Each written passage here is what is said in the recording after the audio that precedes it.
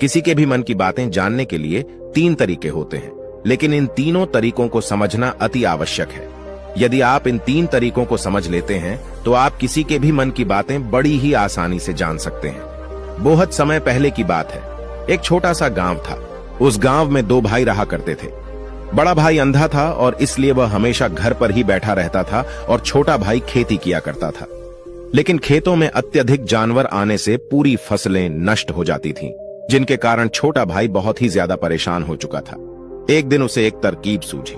उसने सोचा, खेतों में से इन जानवरों को भगाने के लिए क्यों ना मैं अपने बड़े भाई की मदद ले लूं। वैसे भी बड़े भैया अंधे हैं, खेतों में बैठे रहेंगे और जानवरों की आहट आने पर वह उन्हें जोर से चिल्लाकर भगा भी सकते हैं, जिससे हमारी फसलें नष्ट होने से बच जाएंगी। यह सब सोच विचार करने के बाद उसने अपने खेत में एक झोपड़ी तैयार कर ली और अपने अंधे भाई को खेत में बैठा दिया और उनसे कहा, भैया, यदि कोई जानवर की आहट आपको सुनाई दे तो आप जोर जोर से चिल्लाना। यह सुनकर वह जानवर यहां से भाग जाएंगे और हमारी फसलें नष्ट होने से बच जाएंगी। बड़ा भाई खुशी खुशी अपने छोटे भाई की बात मान भी लेता है और वह उस दिन से खेत में ही रहना शुरू कर देता है। जब भी किसी जानवर की आहट उसे सुनाई देती तो वह जोर जोर से चिल्लाने लगता, जिससे वह जानवर वहां से भाग जाता था। ऐसा करते करते कई दिन बीत चुके थे। तभी एक दिन उसके खेत में एक हिरन भागता हुआ आया और वह खेत की बाड़ को तोड़कर वहां से भाग गया। लेकिन उसे हिरण का पीछा करते हुए एक राजा भी उस खेत में आ पहुंचा। तभी राजा की नजर उस अंधे भाई पर पड़ती है। राजा उस व्यक्ति से कहता है, देखो, मैं यहाँ पर एक जानवर का पीछा करते हुए आया हूँ। क्या तुमने उस जानवर को यहाँ पर देखा है? पर वह व्यक्ति कहता है, हे राजन, मैं तो अंधा हूँ, मैं भला किसी जानवर को कैसे देख सकता हूँ? लेकिन मैं आपको इतना जरूर बता सकता हूँ कि जो जानवर मेरे खेतों से भाग कर गया है वह आपके लायक नहीं है। आप उसके पीछे अपना समय बर्बाद न करें। राजा संदेह व्यक्त की बात सुनकर बड़ा ही अचरज में पड़ जाता है। वह सोचने लग जाता है कि यह तो अंधा है, फिर इसे कैसे पता चल गया कि जिस हिरण की तलाश कर रहा हूं वह मेरे लायक नहीं है। तभी राजा उस अंधे व्यक्ति से कहता है, कहीं तुम मुझसे झूठ तो नहीं बोल रहे हो कि तुम अंधे हो और तुम्हें कैसे पता कि जो जानवर यहां से भागा है वह मेरे लायक ही नहीं है? इस पर वह अंधा व्यक्ति कहता है कि यह राजन, जिसे आप एक हिरन समझ रहे हैं, असल में वह एक हिरन नहीं है बल्कि एक मादा हिरन है और वह गर्भवती भी है। और जहां तक मुझे ध्यात है, मैंने कभी किसी राजा को किसी गर्भवती हिरण का शिकार करते हुए नहीं सुना है और इसी कारण से मैं आपसे यह कह रहा हूं कि यह हिरण आपके लायक नहीं है। आप उसके पीछे अपना समय व्यर्थ न करें। यह सुनकर राजा और भी अचरज में पड़ गया कि अंधा आदमी कैसे जान सकता है कि वह हिरण गर्भवती है। राजा कुछ देर सोच विचार करने के बाद अपने सेनापति से कहता है, सेनापति जी, मुझे वह जानवर जिंदा चाहिए क्योंकि मुझे यह पता करना है कि क्या वह गर्भवती है या नहीं, क्योंकि यह अंधा आदमी बहुत विश्वास के साथ कह रहा है और मुझे इस बात की पुष्टि है।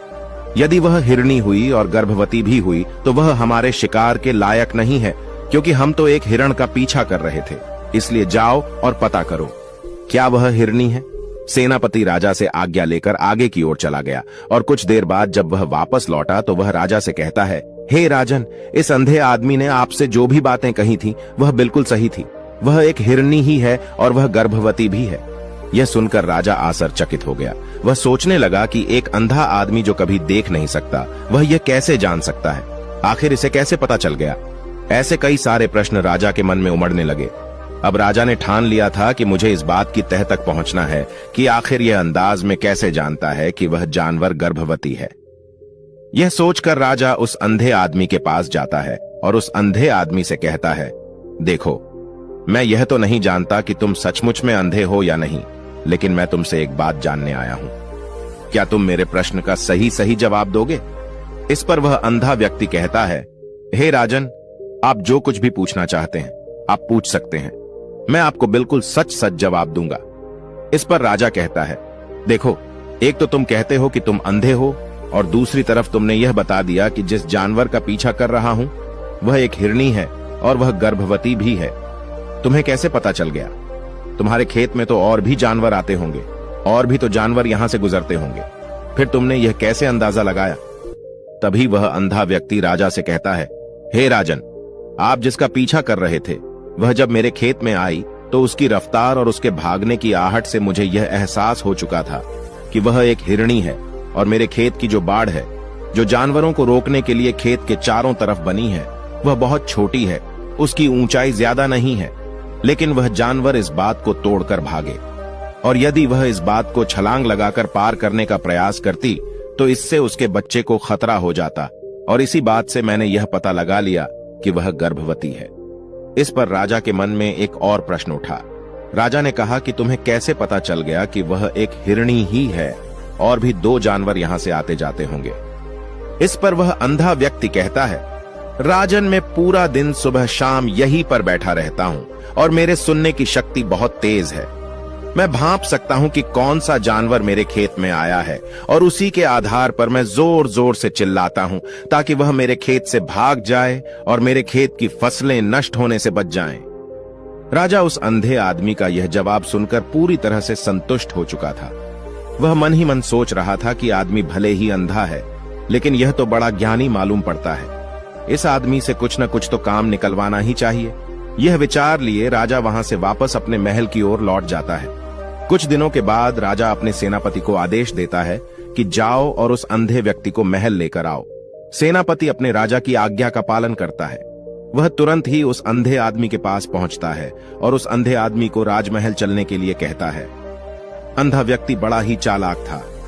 वह समझ चुका था कि राजा जरूर मुझे कुछ न कुछ काम सौंपने वाले हैं और वह काम मुझे मुसीबत में डाल सकता है, लेकिन फिर भी वह सेनापति की बात मान ली और सेनापति के साथ राजमहल पहुंच गया।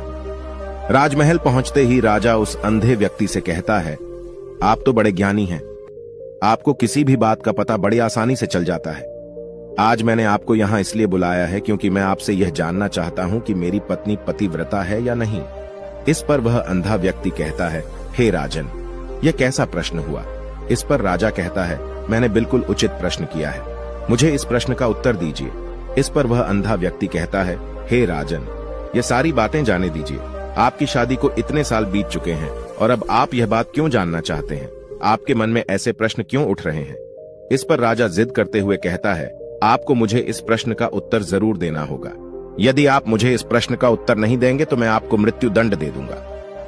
राजा के मुंह से यह बात सुनकर वह अंधा व्यक्ति कहता है राजन, यदि आप इस प्रश्न का उत्तर जानना चाहते हैं तो इसके लिए आपको मेरा एक काम करना होगा। राजा कहता है, बोलो, मुझे क्या काम करना होगा? इस पर वह कहता है, इसके लिए आपको अपनी पत्नी को मेरे साथ कमरे में अकेले छोड़ना होगा।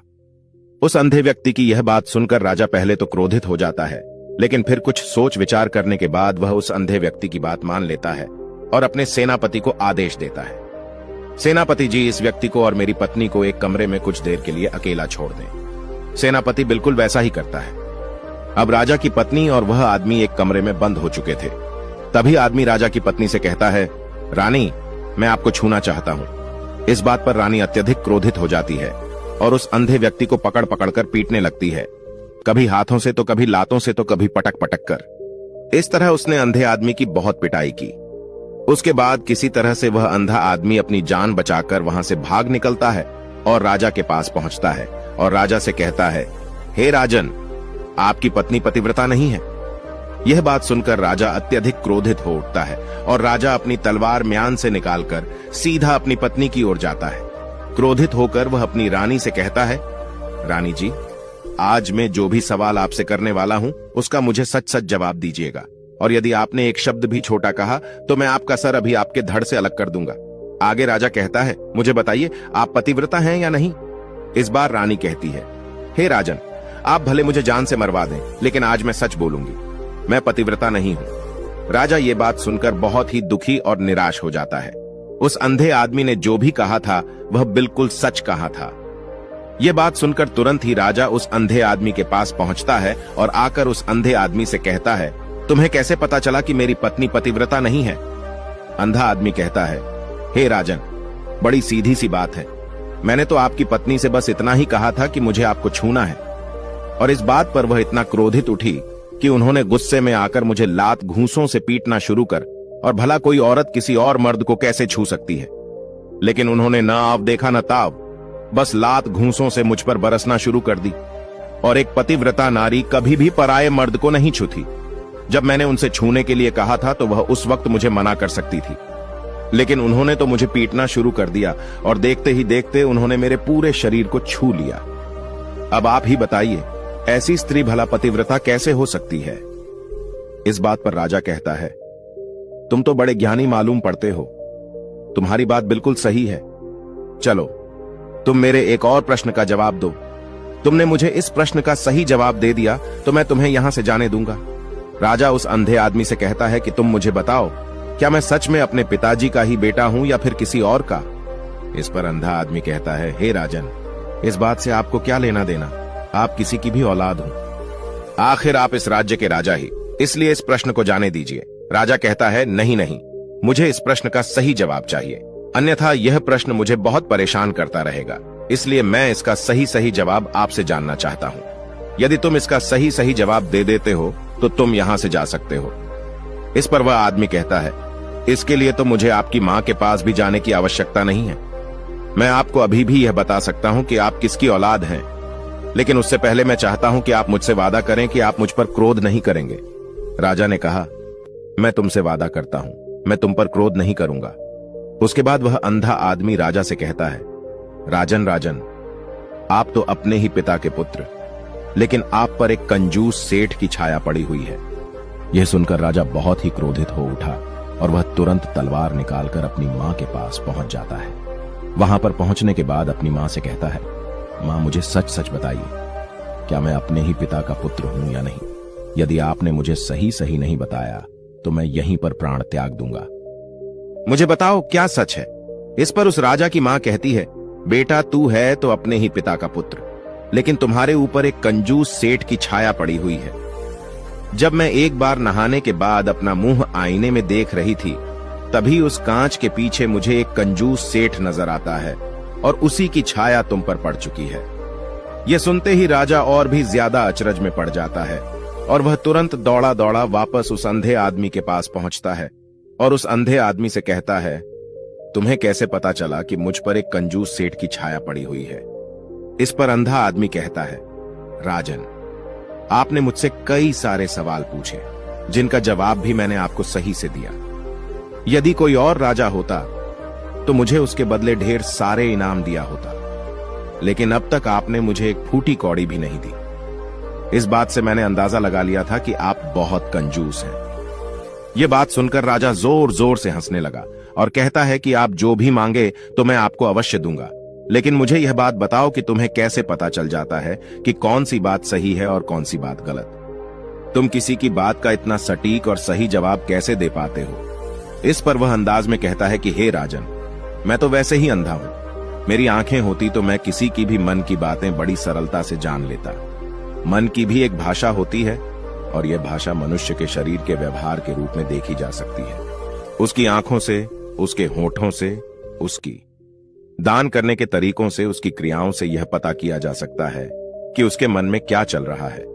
उसके आधार पर हम किसी के भी मन की बातें जान सकते हैं, लेकिन मैं तो जन्म से ही अंधाज हूं, मैं देख नहीं सकता, इसीलिए मैं क्रियाओं से देखता हूं। यदि मुझे कोई बात जाननी होती है तो अगले आदमी को मुझे कुछ काम देना पड़ता है, जिस पर वह व्यक्ति किस तरीके से उस काम को करता है, उसके आधार पर ही मैं यह पता लगा पाता हूं कि आखिर उसके मन में क्या चल रहा है। तभी वह राजा कहता है, तो इसका अर्थ यह हुआ कि मैं भी किसी के भी मन की बातें जान सकता हूं। इस पर वह अंधा आदमी कहता है कि हे राजन, अवश्य, किंतु उससे पहले आपको अपने ऊपर काम करना होगा और वह अपने मन को शांत करना, अपने मन को वर्तमान में लाना, जिसके लिए मैं आज आपको 3 तरीके बताने वाला हूं। और ये तीनों ही तरीके बड़े ही आसान हैं और सरल हैं, किंतु हे राजन, उससे पहले आपको एक काम करना होगा, अपने मन को एकाग्र करना होगा। जब हम अपने मन को एकाग्र करते हैं, अपने मन को वर्तमान में लाते हैं, तो हम दूसरे के मन की बातें जान सकते हैं, क्योंकि वह आदमी अभी भी अपने मन में वर्तमान में ही सोच रहा है और हमारे मन को वर्तमान में ही लाना होगा, तभी हम उसके मन की बातें जान सकते हैं। यदि हम अतीत में हुई घटनाओं के बारे में सोच रहे होंगे तो जो अगला आदमी में सोच रहा है, वर्तमान में अपनी मन में बात कर रहा है, वह हम कैसे जान पाएंगे? क्योंकि हम तो अतीत की घटनाओं में डूबे हुए हैं। इसलिए किसी के भी मन की बातें जानने के लिए सबसे पहले हमें अपने मन को एकाग्र करना होगा, उसे वर्तमान में लाना होगा। फिर वह अंधा व्यक्ति राजा से कहता है, हे राजन, जो 3 तरीके मैं आपको बताने वाला हूँ, इन 3 तरीकों से आप बड़ी आसानी से किसी के भी मन की बातें जान सकते हैं।